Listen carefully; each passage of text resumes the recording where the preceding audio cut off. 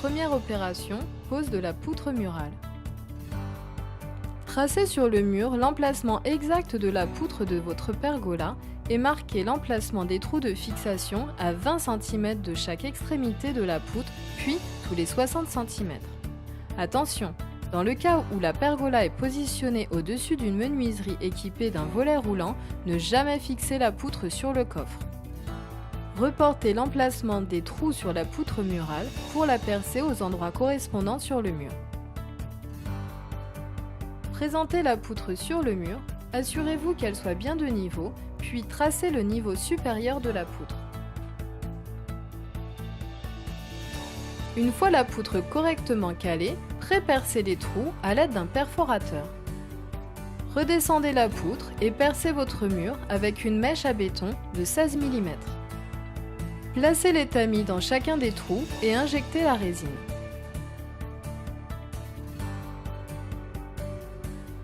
Représentez la poutre sur le mur et mettez de suite les tiges filetées dans les trous correspondants. Répétez l'opération à chaque trou et aussi rapidement que possible. Calez correctement la poutre et attendez que la résine sèche, soit environ 2 heures. 2 heures plus tard, boulonnez les écrous et serrez très légèrement. Ne bloquez pas à fond car selon la température extérieure, la résine n'est peut-être pas encore tout à fait sèche. Une fois cette opération terminée, contrôlez les niveaux. Pour assurer une parfaite étanchéité et bien coller votre poutre murale, siliconez l'angle formé entre le dessus de la poutre et le mur avec la colle mastic noire ou blanche. Deuxième opération, équerrage. Une fois la poutre murale fixée, vous allez maintenant descendre les aplombs des deux extrémités de votre poutre jusqu'au sol. Cela afin de déterminer les points d'équerrage au sol pour la fixation des platines des poteaux. Tracez le long du mur un premier repère à 1,20 m de votre trait d'aplomb vers l'intérieur de la pergola. Puis, posez à la perpendiculaire du mur en partant du trait d'aplomb une règle métallique bien droite et régulière. Une fois la règle bien placée, tracez dessus un trait à 1,60 m du mur. Vous allez maintenant tracer l'équerrage de votre future pergola. Cette opération doit se faire à deux. À l'aide d'un mètre ruban métallique, rejoignez les deux traits tracés, celui parallèle à la façade à 1,20 m et celui perpendiculaire à 1,60 m en vous assurant que la règle soit restée sur le trait du mur. Pour que votre équerrage soit parfait, vous devez avoir 2 mètres précisément entre ces deux points. Ensuite, tracez au sol, le long de votre règle, un nouveau trait correspondant à l'avancée de votre pergola. La dimension précise est indiquée sur le document de relevé de niveau et de dimension fourni. Une fois l'ensemble bien d'équerre, vous pouvez contrôler les diagonales de votre tracé avant de percer et fixer vos platines. Il faut avoir les mêmes dimensions entre l'angle extérieur gauche de votre emplacement de poteau et le trait d'aplomb à droite de votre poutre murale et inversement. Si vous trouvez la même dimension en vous mettant sur les mêmes points de repère, votre équerrage est parfait. Troisième opération, traçage et fixation des platines au sol. Présentez le poteau au point d'équerrage et tracez le pourtour. Faites de même pour tous les poteaux. Avant de fixer les platines, contrôlez bien que les marques au sol soient bien alignées et correspondent bien aux dimensions de votre pergola. Une fois les platines bien positionnées, tracez au sol l'emplacement des trous de fixation. Enfin, percez à l'aide d'une mèche de 10 mm, positionnez vos chevilles inox, fournies dans le kit de pose, puis fixez le tout très fortement. Quatrième opération, assemblage de la poutre principale et des poteaux. À l'aide d'une lime à métaux, limez les trous pour enlever les éventuelles limailles restantes. Assurez-vous en passant le doigt que le tout soit bien lisse. Dévissez les boulons fixés en usine qui maintiennent les équerres d'assemblage pour donner un peu de mou afin de mieux faire coulisser les équerres de fixation. Puis, lubrifiez les équerres d'assemblage pour une meilleure pénétration dans les réservations des poutres. Ne pas oublier d'en mettre là, là, ici et enfin là. Présentez la poutre latérale à l'équerre de la poutre murale et vissez-les entre elles. Cinquième opération, installation des poteaux. Présentez le premier poteau au niveau de la platine au sol, puis au niveau du haut de la poutre latérale. Assurez-vous que les équerres soient bien rentrés dans leur logement.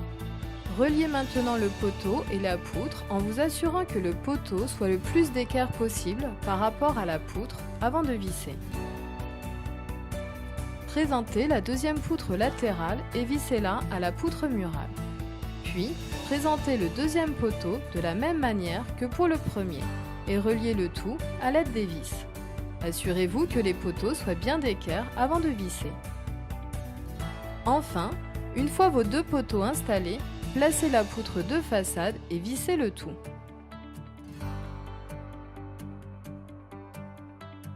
Une fois la poutre de façade en place, vous pouvez sortir les chandelles qui servent à maintenir les poutres en attendant que les poteaux soient en place. Reliez l'ensemble avec les vis. Contrôlez l'aplomb des poteaux dans les deux sens et contrôlez aussi l'équerrage. Maintenant, vous allez fixer les poteaux sur les platines. Percez l'ensemble de part en part avec un foret pour l'aluminium de diamètre 6 mm, puis vissez. Sixième opération, finition de la pose de l'ossature. Silicone fourni dans le kit de pose. Maintenant, siliconez tout le long des poutres au niveau de la jonction poutre-chéneau ainsi que les angles d'assemblage côté intérieur afin d'éviter toute infiltration d'eau. Installez la cale plastique au niveau de l'angle de jonction des deux chéneaux pour bien les aligner. Siliconez le tout généreusement et aplatissez légèrement le joint.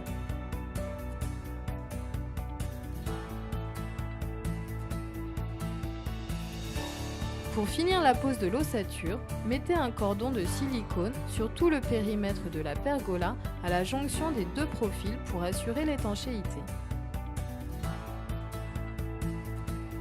Installez les bouchons sur les vis pour permettre une finition complète. Septième opération, pose des lames orientables de toit. La première lame à installer est la lame moteur. Dévissez le collier de blocage du moteur, passez le fil électrique derrière le support moteur, présentez la lame moteur dans son support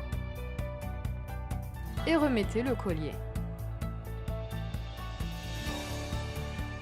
Du côté opposé, sur l'autre poutre transversale, dévissez un peu le bloqueur et enfilez la lame dans l'axe. Poussez la lame côté opposé et bloquez l'arrêt pour que la lame ne coulisse plus sur l'axe.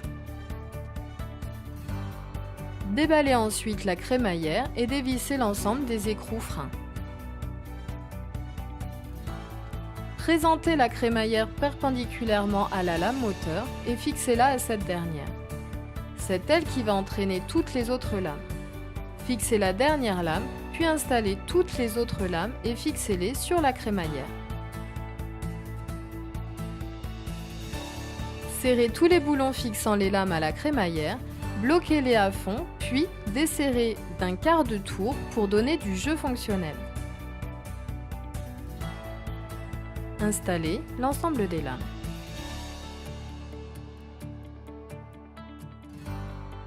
Huitième opération, réglage des fins de course. Une fois toutes les lames installées, il faut régler les fins de course d'ouverture et de fermeture des lames. Sur la tête moteur, vous avez deux boutons, un jaune et un blanc. Appuyez dessus pour qu'ils se relâchent. Utilisez la molette de la télécommande pour fermer les lames de manière étanche. Puis, enfoncez un des deux boutons. Répétez l'opération en mode ouverture des lames, ouvrez les lames à votre convenance et enfoncez le deuxième bouton.